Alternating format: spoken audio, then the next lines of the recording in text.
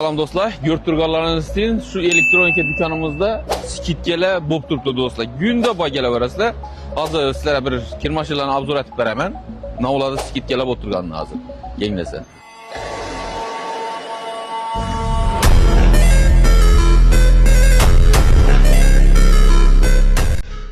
Dostlar yine görüp turganlarınız için 6 kiloluk 16 funksiyası var. Superashock seylemiydi. Motoruna 10 yıl garanti, üzerine 3 yıl garanti. Bahasına geleden olmasak 2,5 milyon som. Dostlar tezleşemiz. Görtürgalansı yine Samsung brendimiz. Superashock seylemiydi. 20 yıl motoruna garanti aldı dostlar. Bahasına gezek 4 milyon 300 bin som tuttu.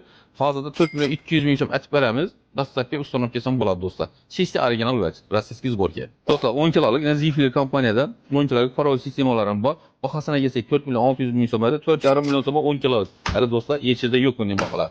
16 funksiyası var. Esek geri varası. Dostlar görtürüyorlarınızı LG boladı. LG 7 kiloluk, 7 kiloluk. Bahasına geleden olmasak 5-700 erdi. 5 milyon tomatik veremiz dostlar. Dostlar Monix brendimizden 7,5 kiloluk 3 milyon 200 bin somerdir. 3 milyon 100 bin somerlik veremiz. 7,5 kiloluk.